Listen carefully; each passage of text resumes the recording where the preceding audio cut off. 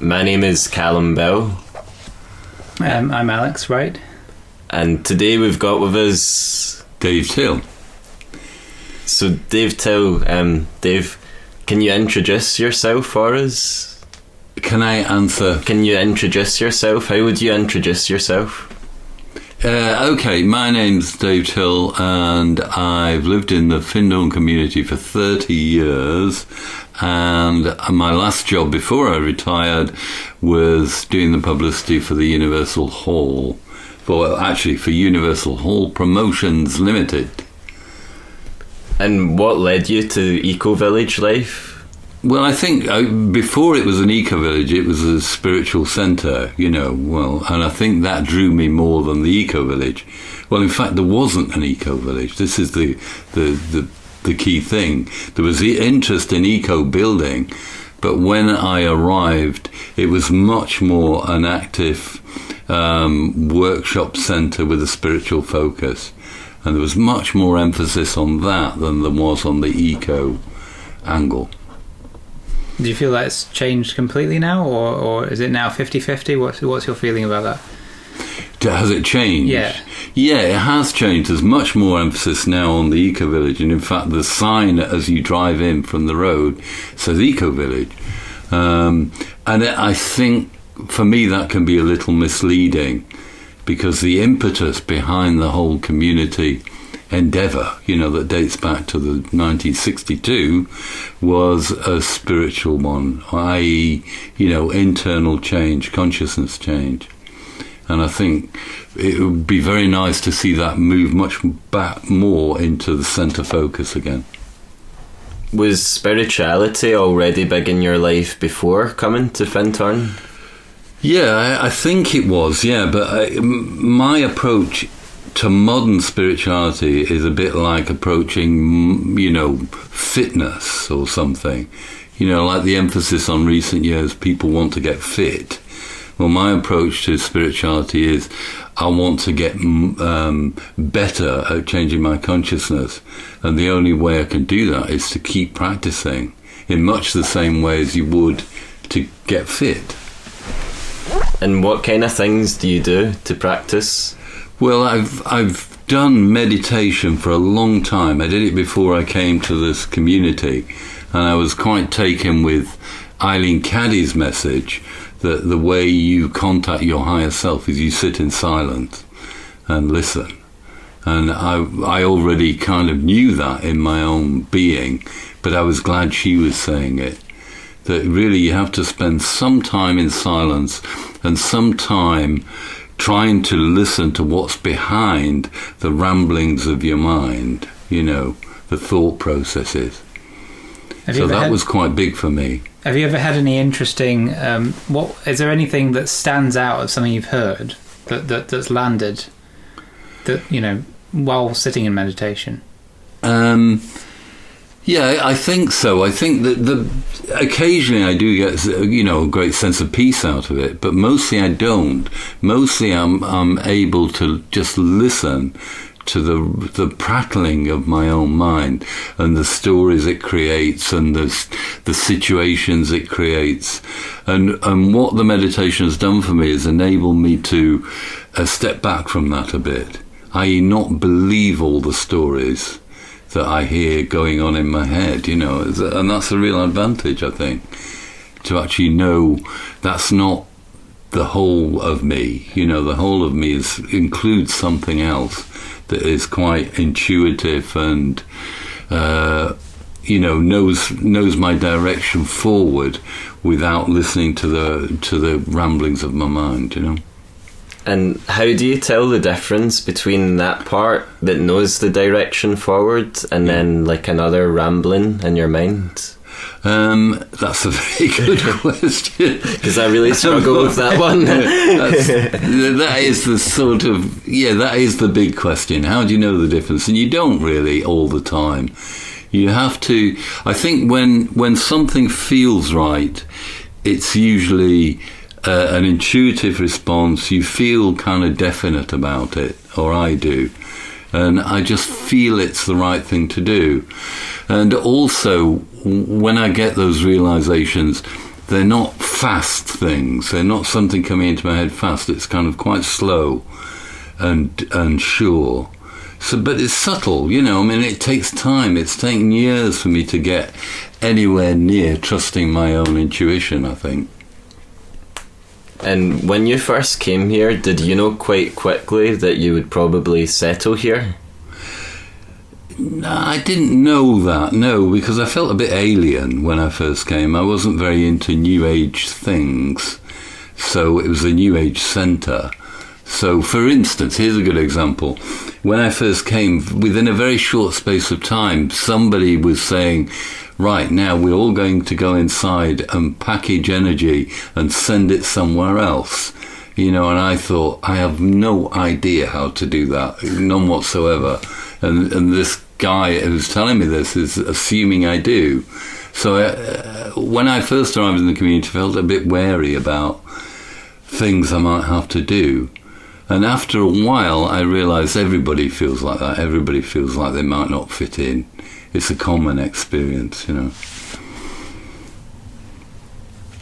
And when you first came here, what kind of things did you get involved in? Well, I was lucky. When I first came, there was a vacancy in the hall. And because I was interested in performing arts, and I taught in a performing arts department in university, a vacancy in the hall was ideal for me. You know, I just kind of walked into this chance to join the hall team, and I felt very good in the building, and the building was used as a theatre. And at the time, as I arrived, it was Ike and Maggie, who is now India, and Ike Isaacson, and they were running the place, and they were very sympathetic people for me. You know, I understood where they were coming from. They were very interested in theatre.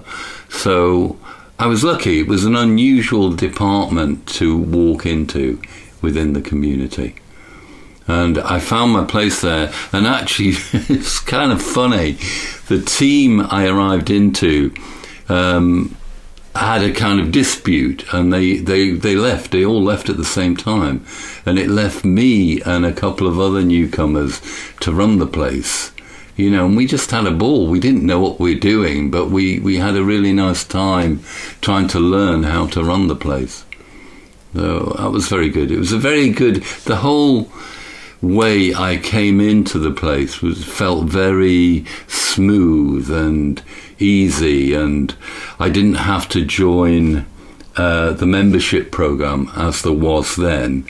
I just became an employee, and very soon I became an employee with the task of running the hall, you know, within about 6 months. And other people were doing very long apprenticeships into the community, you know, having to wait to become staff.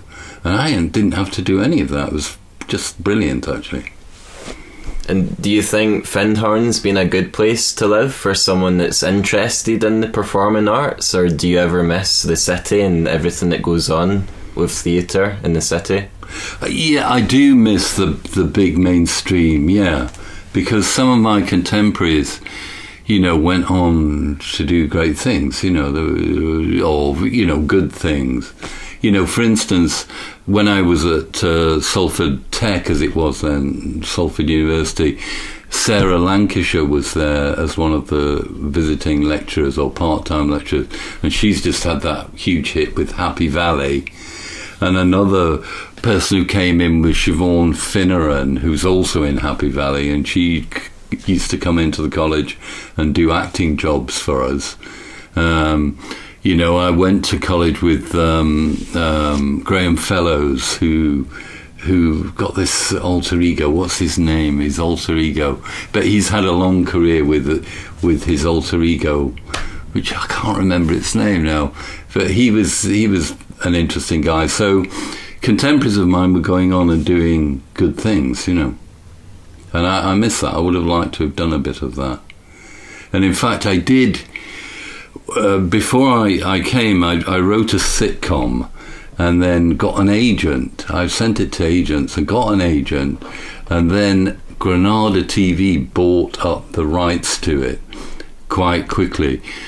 And I thought, oh, here it comes the big time. You know, I'd got these 2 episodes that I was writing the other 4 for a series of 6. And then it went to the network, these scripts, and the network turned it down. You know, I was so disappointed because I thought, I'm going to get a series on TV, you know. It would have really set me up. And at the same time as I was doing that, I got the offer to write a trial script for Coronation Street, which I was watching at the time because I thought I might have a go at doing a trial.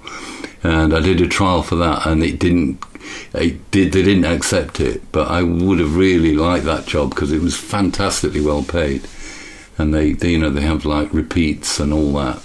So that would have been very good. But it wasn't to be, you know, wasn't my fate. I could sort of feel it at the time. I might have had a chance to go there, and what opened up was coming here. And I don't regret that because this opened up for me to come up to Findhorn. And did you move into staff accommodation at the time, or did you find a caravan? How did it work? No, I was a bit reluctant to become part of the staff programme. I don't know why. I do know why. I did an attunement to become part of the staff. And, you know, the attunement is sitting with somebody and going into meditation and seeing if you get any images. And we sat there and did this meditation and got these images. We both got the same image, which was I stepped into the staff program, and it was like stepping into a noose that went round my ankles and tightened up. And we both got that image. I mean, what are the chances of that? You know, it was attunement really working, I think. And, you know, we both went, oh, no, clearly that's not for you. That's not your route. So I never regretted not being in staff accommodation. I always had to rent. But because of that, I always had the chance to have a one-person dwelling, which was always a caravan. So I ended up really becoming intimate with caravan. And what kind of stuff have you been writing lately? What I've been writing? Yeah. Well, I wrote a novel, as you know, because you read it. I loved it as well. But the novel doesn't quite work, and I'm not sure prose is my best thing. You know, scripts, I'm fine with scripts, but to write straight prose I find much more difficult.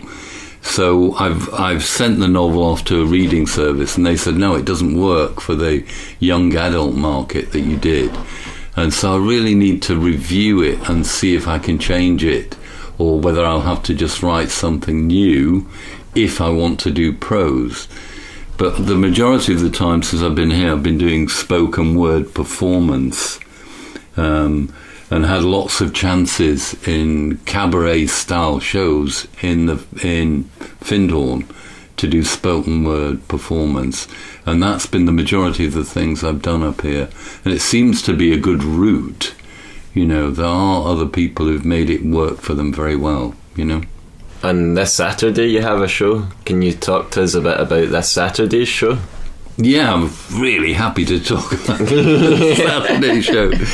Yeah, because it's been very helpful to me to go back into the work I've written and assemble something for a show, because it's just become a retrospective, and it becomes like each poem is like a historical marker in my time at Findhorn over the 30 years.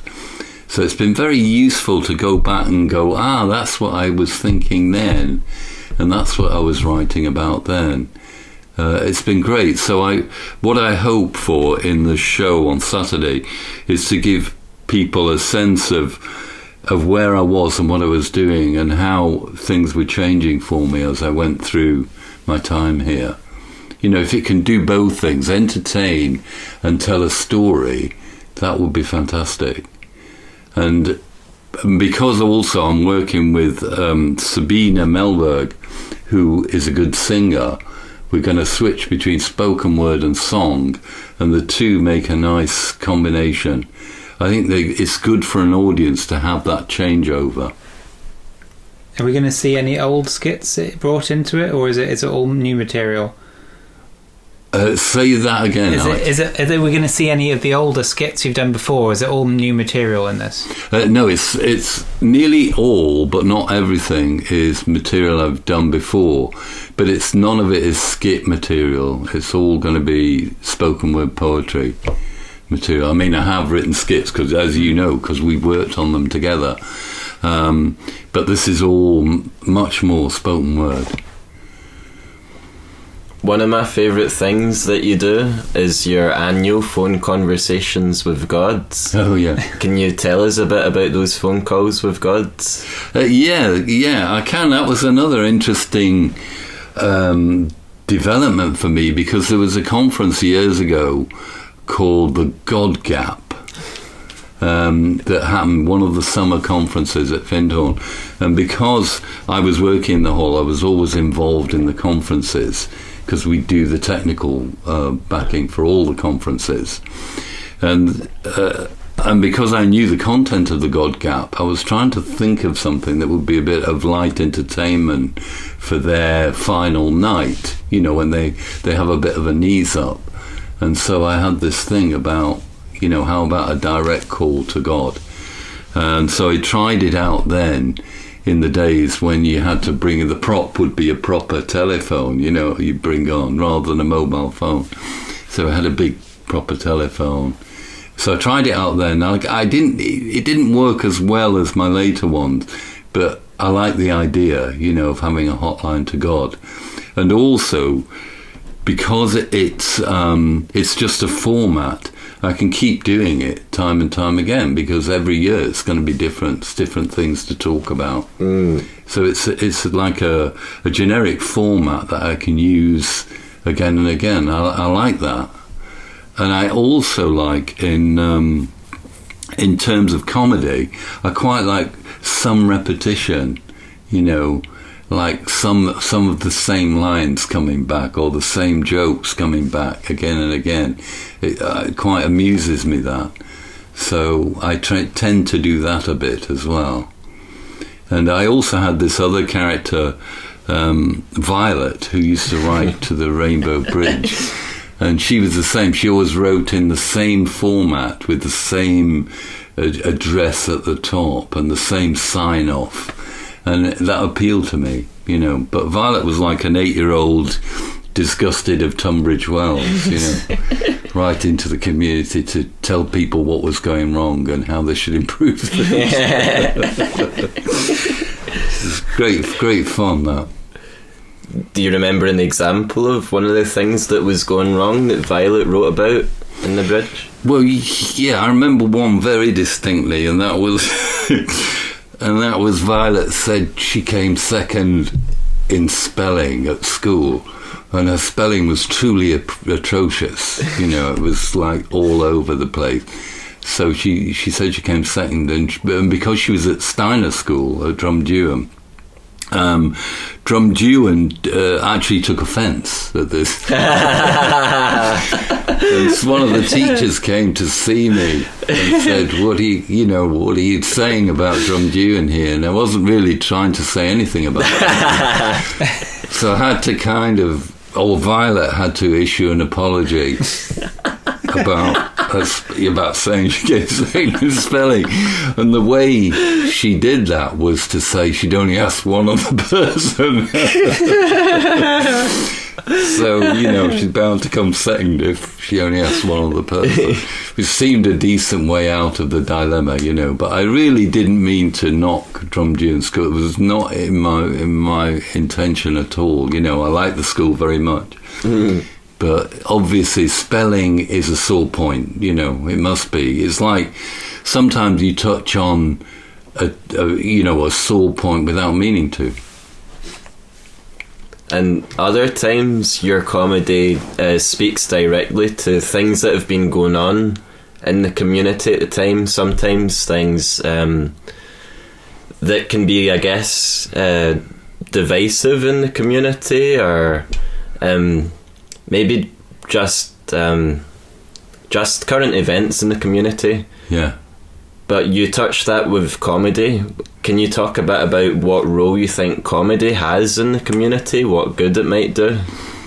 Yeah, very much. I mean, it's got a very key role, I think. And I learnt about what it really does when I did a workshop about fooling, about how to be a fool. You know, and a fool is the traditional role in the court, you know, because the fool is the one who dances on with a pig's bladder on a stick or whatever and bangs the king and queen over the head and says, you know, you're silly people or whatever they say. So, and the fool can only get away with it if it makes people laugh or makes the king and queen laugh. But if it doesn't make them laugh, it's off with the fool's head. And I think that's very true of comedy in a community. You have to find the unsaid things, you know, the things that are in the air but people won't be saying.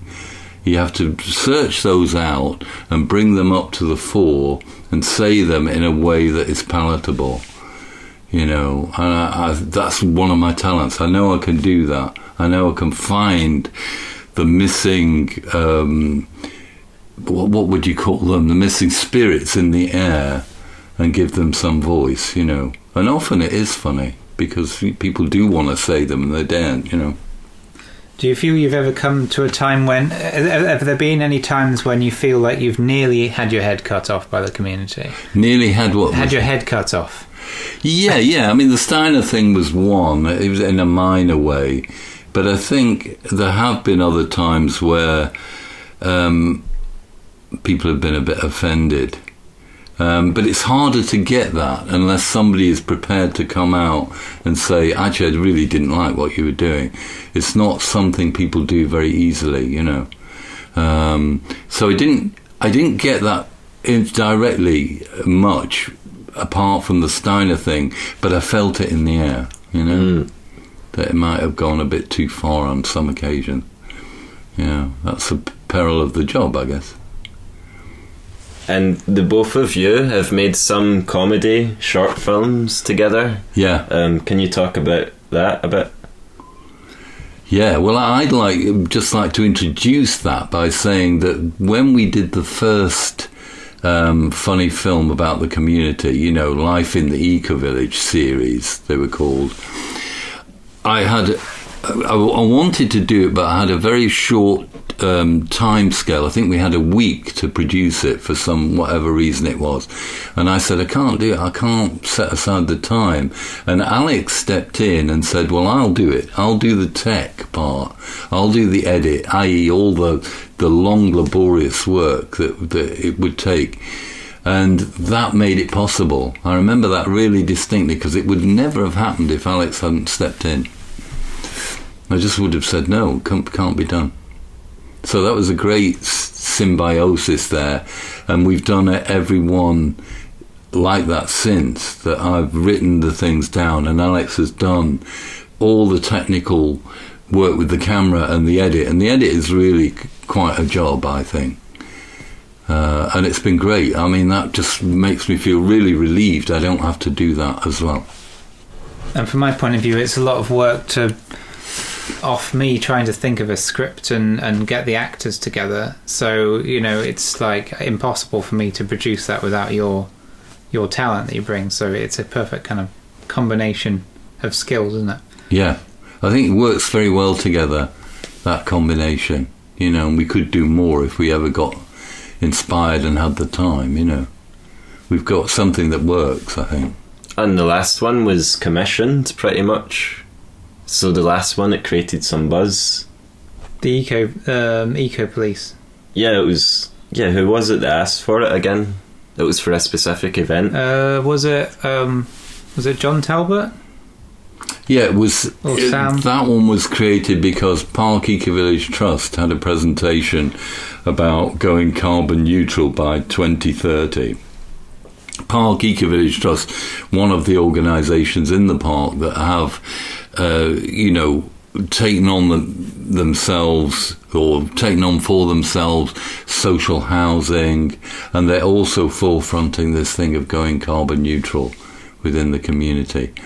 And they're also my landlords, so I like them. I like the Park Eco-Village Trust. Keep the rent low.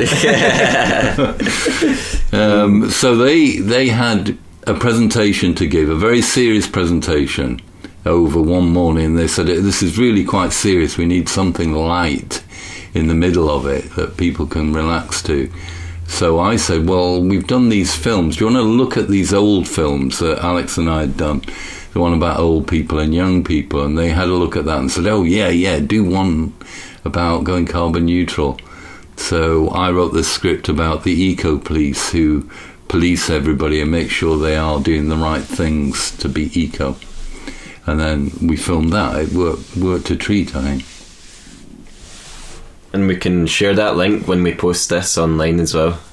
Say that again. We can share the link to the films when we post this online. Oh, great. Yeah. Great. That'd be great. Well, the last film we're just holding off publicly posting because we might enter it into some festivals, but we don't know yet. We don't know how to do it yet.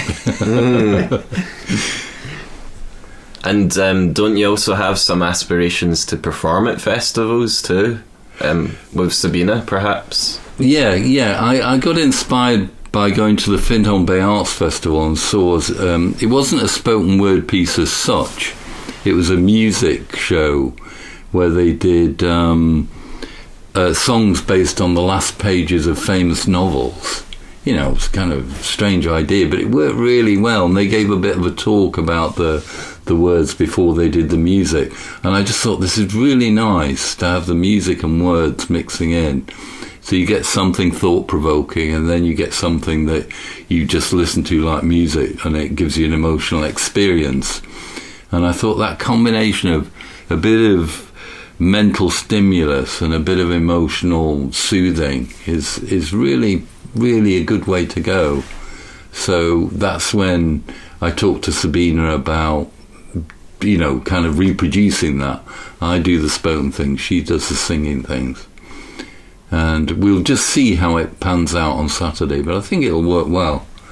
Is there any particular festivals that you'd love to perform at? Well, you know, the whole idea of being like a bit of a gypsy and turning up in little British villages, you know, would be very nice. But we've approached Findhorn Bay Arts for the Findhorn Bay Festival and Nairn for the Nairn Literary Festival, and see if they'll come to this show. Neither of whom have said they definitely will come yet, to be honest. But if we can get that together and we get something on YouTube, because we'll have the whole show videoed, then we can use that as a marketing tool, send it to other festivals and say, do you want to book us, you know? We don't know. I mean, it's a bit of a long-term plan, and I'm no spring chicken. Like, long-term plans may not be a great idea for me, but you know, you've got to start somewhere. And do you ever miss the work in Universal Hall? Yeah, I do. I love that building, and I used to love being in it. But I'm looking forward to kind of reuniting with it on Saturday, because it has a special feel, and as a performer you can kind of tap in to the feel of the building, you know. It's so obviously a building that was created by labours of love, you know. People were giving their time for free, they were doing it as spiritual service to make the building, and it reflects in the feel of the building. And as a performer you can kind of get, if you can get the right level of performance, it's almost like the building is behind you saying, oh, go on, you know, get out there. Something quite interesting and significant about that I can't fully put into words, but it's very exciting to get in tune with the building. It's like you can tune into the building. And just speaking of tuning in, you also have some spiritual education work. Can you talk about that? Yeah. I got more interested in that when I started working for the Findhorn Foundation College back in 2001. And one of the programs that we used to run was bringing over American students on study abroad semesters. And because they were students studying for a degree, we had to mix the academic with the Findhorn experience. So it means we had to really try and define what holistic education was as opposed to conventional education. And suddenly, you know, it gets really interesting when you do that. When you say to students, actually, we're not aiming primarily at your mind. We'll look after your mind and give you plenty of mental stimulus, but we're actually aiming at your higher self. You know, we're looking at education that will encourage your higher self to come more to the fore in your life. And, you know, frankly, the students really like that. They really got a lot out of that approach. And then we added on emotional awareness and some physical, paying attention to physical things, physical fitness and so on. And what could have been a very dry educational experience becomes quite a rich and interesting one, I think. You know, group dynamics, we spent quite a lot of time with group dynamics and how the group was interacting and how significant that was, how it was interacting with the community. It was really, really, it was like a whole field of education that was much more exciting than conventional sit-down education. But we were only scratching the surface. You know, I could see it. It was like this whole vista of what education could be like in the future was opening up. But we were just in a little bit. You know, very exciting. And then it all closed down. You know, the students stopped coming because their home colleges stopped the program. You know, it was very disappointing to see all that stop. And my dream is it will start again, you know. When I read your novel, I really felt that dream coming through. A lot of that stuff about education, I think you transmitted it very well in the novel. And then reading the Eco Village novel, it also helped me place where I was. Because I'd just moved to Findhorn, Eco Village, around that time. So it really helped me like contextualise a lot of what was going on around me. Yeah. Because I think we become used to it over time, but it isn't Kansas. So just in terms of like the language that we use and the experiences that happen and the sort of alternative way of education, the novel really helped me in that way. And I think your experiences in the 90s with Findhorn College must have fed into that a lot. Yeah, I imagine. They did. And is it the type of education you would like to do if you had your time again? Yeah, well that's one of the main reasons why I came here, is because I think the main education we have is very, very limited. I mean, I went to a mainstream school and I really hated school, and I didn't do well at school. And then as soon as I went to university, I started doing really well, just because I was doing something I like. But I felt like hardly any of my potential was tapped in school, because I had so much more going on than just what they were trying to get out of me in school. There wasn't really anything that was like speaking to my soul or my higher self, or really even engaging me in a physical way as well.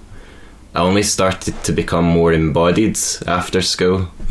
Yeah, that's great. I mean, you'd be ideal then. Ideal student. But there's a whole generation coming up that would create incredible citizens if they had the chance to have that kind of education. You know, you could suddenly see if that became a model at university or whatever, that you could see people leaving that and becoming the citizens of the future, you know. I mean, I do see that a bit with the Steiner School students, because they do a much broader educational style. They seem to be very well adjusted socially, like very able to say what they're thinking and be a bit fearless, the ones I've met, and be you get a sense of balance off them. And you think, oh, these are people I would like to be leaders in the future, you know. They seem to have a handle on things. Most of them I've met have been very creative people as well. Yeah. And that's fed from a very early age with them. Yeah. Lots of different creative outlets and the importance of that as well. Yeah. Well, the thing that struck me about the creative process is it seems to be entirely a higher self process. So you could almost call the creative process a spiritual process, because it's not dependent on your, your rational thinking, to put it more simply. So, for instance, if I'm trying to get an idea for a script or for a poem, I have to wait around, I can't force it. I don't have that in me at the time. I wait around for something to drop in, almost like a letter into a letterbox. And that's the way I work, If I haven't got an idea, I just go cycling or go for a walk or shelve it, put it on the back burner, and then something drops in at some later date. And that's not, it's like I didn't have that to start with. I can't claim it was mine because I didn't have that in my rational thinking when I started. And that often happens with the poems. I didn't have the idea at all. Something dropped in and then a poem developed around it. So partly it's like being a medium for something rather than being the originator, the whole thing.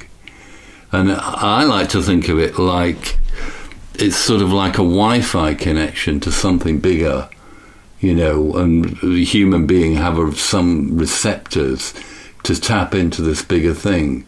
And unless you're tapping into the bigger thing, the creative work isn't that great.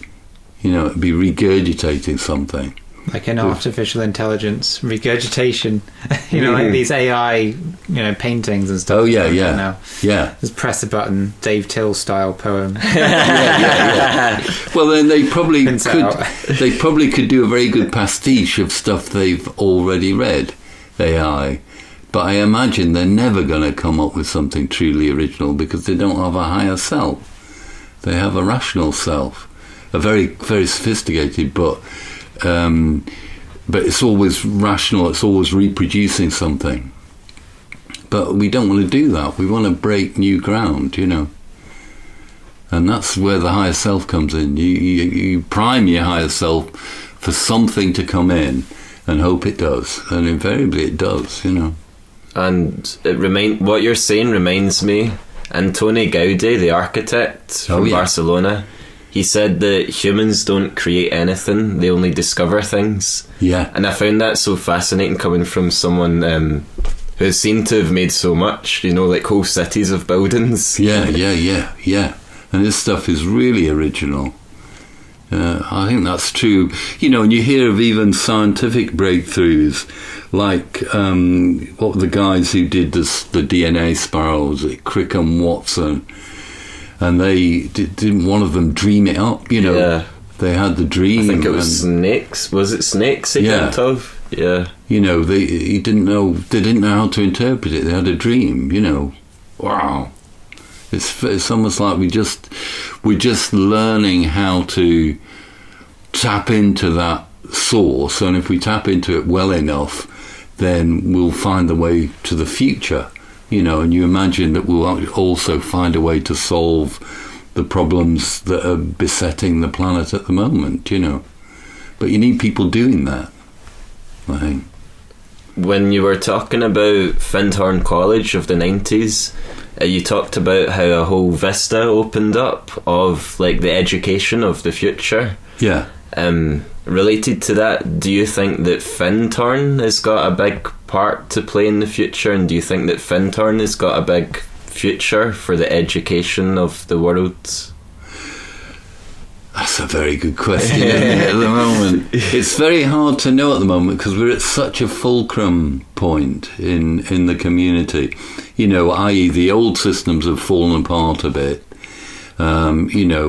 Buildings got burnt down. There's obviously trouble in the air. So it depends where we go to from here.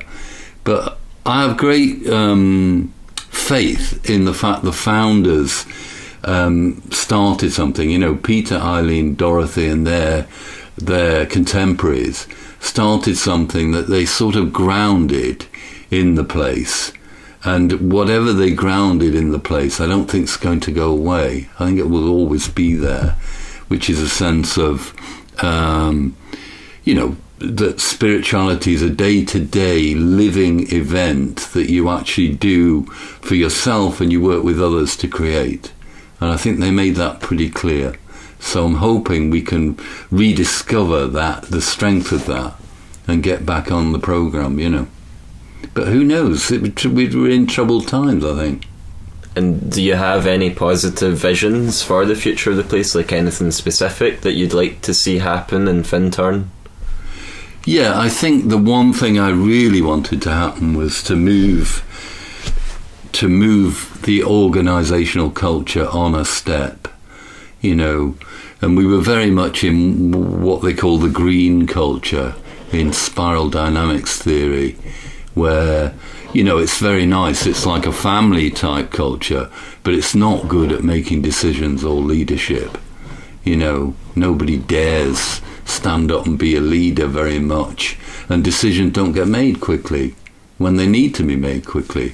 So those were the drawbacks of the system that has existed from like 1972, when the foundation was formed, until 2020 or whatever, when the COVID kicked in. So the next stage after that apparently is about breaking down, going into smaller groups, empowered groups who make decisions quickly. You know, but they do consult. They're not just on their own in ivory towers. They will consult the whole, but then the decision will come back to a small group who can easily manage to act, make decisions and act. And it'd be great to see that suddenly start to appear. So that's my, you know, that's kind of like my ideal, but I've no idea if we'll get that together. And do you think things have been picking up well since, you know, a couple of years ago, a lot of things happened at once? Yeah. Like the fire, COVID, everything like that. Do Yeah. you think things are picking up? Yeah. And what was your question at the end? Do you think things are picking up from like the fire, COVID, everything that happened in that like really tough period of time? Yeah, I'm sure I think trouble creates a new environment very often. I mean, here's an example. You know, the Second World War created a huge amount of trouble.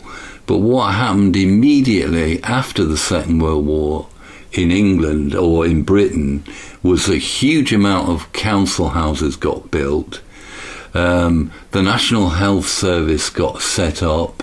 You know, the British Rail got set up, I think, if I remember rightly. There was a huge amount of social change happened at the end of a lot of trouble.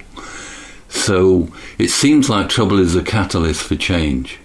So, you know, we've had the trouble, so you would imagine change will follow on from that.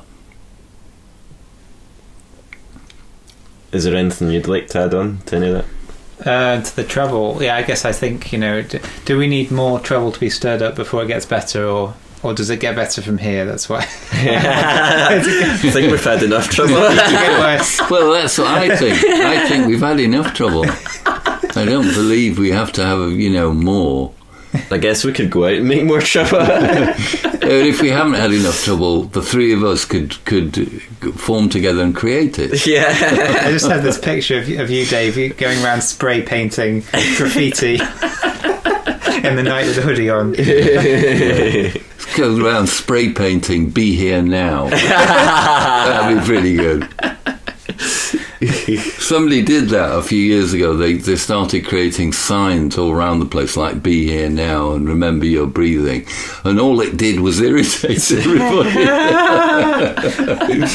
You know, it had a completely converse effect. You know, it didn't cheer. Well, nobody I knew. It didn't cheer them up. It just annoyed them. That was very good. Do you know who was it? Do you know the person who did the original "Stop Worrying" sign out of the worrying bit, or could you just say the question again? Do you know the person who actually created the worrying bit of the "Stop Worrying" sign, or is that a mystery?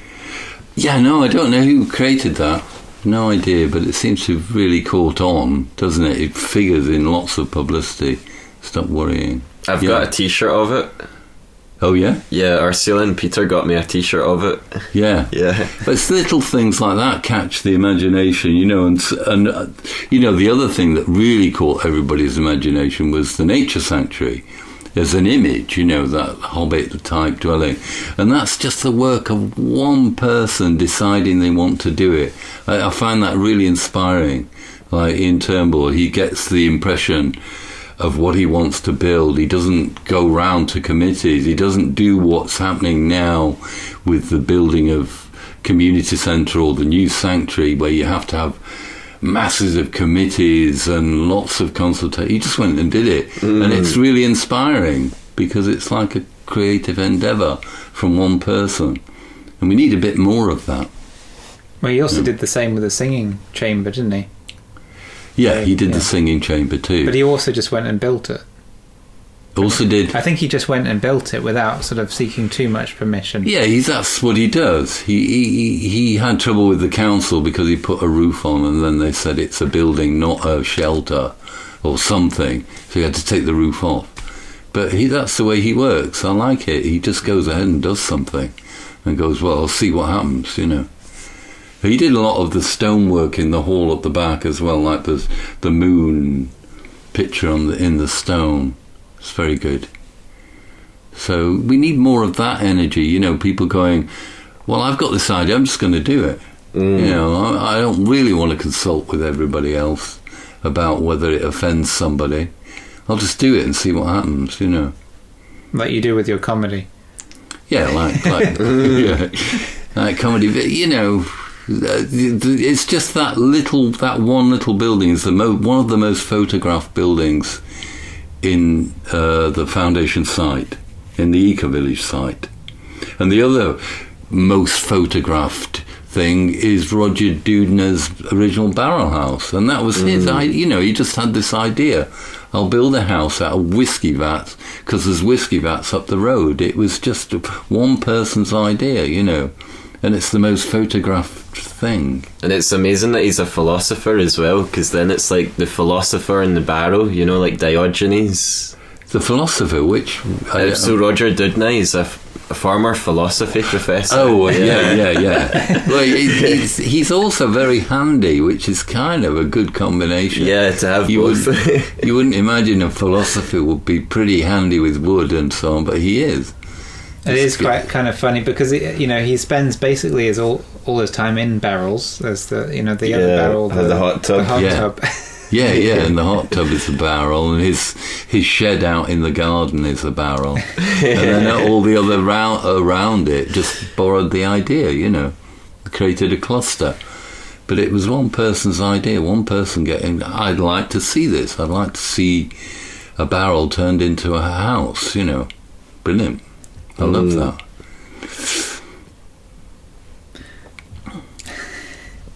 How are we doing for time? Is that it? We have 12 minutes left.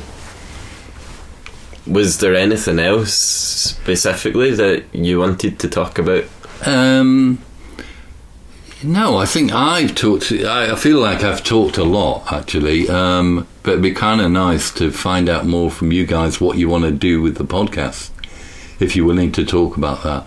What was your motivation to do the podcast? The tables are turned now. Well, I don't know what was the emotion. I mean, it's been an idea I've had for, I think, basically since lockdown 2020, and I was thinking people are stuck in their homes, and I just felt like people need to listen to something to keep themselves connected with each other. So it's been in my mind for about 3 years. And I had this idea, it landed in the foundation somehow, but somehow nothing, it never really quite clicked for me there. So I thought Yeah, when I was talking to Callum, basically, like last week, was it last week, I think? Yeah, last week. And the way he was asking me questions, I was like, you sound like someone who'd be ideal for a podcast interviewer.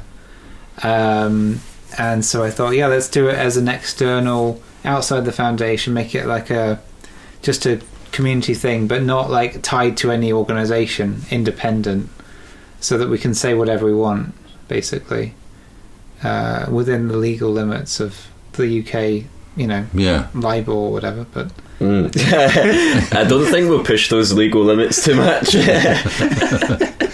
But what would be like your high dream for it? What would you like to see it go a long way? A lot of people listen to it. I think I just want to facilitate conversations like this. I don't really have a vision for it as such.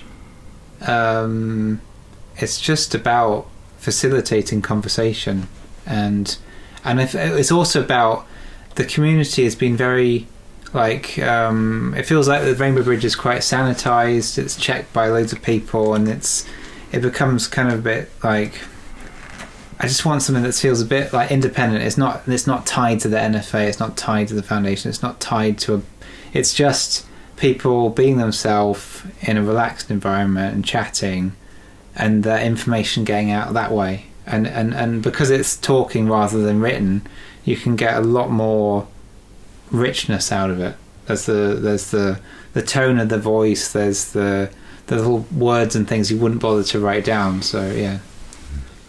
And I think so many people with interesting lives and interesting perspectives live in Findhorn, but also pass through Findhorn as well. So I think there's a big opportunity there, just in terms of like the range of types of people to make a podcast in Findhorn. So I think it felt like both of us, like there was some kind of gap there. Yeah. Like something that could be done and something that could be really interesting for people. Yeah. People that live here and are curious about here, but I guess people that are also just curious about the kind of things that come up in Findhorn, like spirituality, like ecology. Yeah, for sure. I mean, modern spirituality is a very interesting subject, But I think it would. I think what modern spirituality needs. I'm probably going to use this in the show. Is an app. On the phone that tells you if you're doing okay spiritually. So like you could have an app that says, you did more meditation last week than you've done this week. Like those when you I have counting your steps. I have an app like that. Or it tracks my meditation. Yeah, or something equivalent to a Fitbit. That measures your spiritual awareness. If that came in, people would get much more interested. Yeah. I just need a name for it. What would be a good name for a Fitbit that measures your spiritual Spirit bit. Spitbit, yeah. Spitbit might be good. Your spiritual progress, and did a little chart. As soon as that happens, it will all take off. And then you can compete with your friends and get up the leaderboards. Absolutely, yeah. You can kind of get to a level like sainthood. You are now a saint. And maybe you can only get certain jobs, like somewhere like the Findhorn Foundation, if you've got a certain level on the spirit bit. Oh, absolutely. I think that'd be de rigueur. You have to reach a certain standard, on your app before you can get a job. I think it'd be brilliant.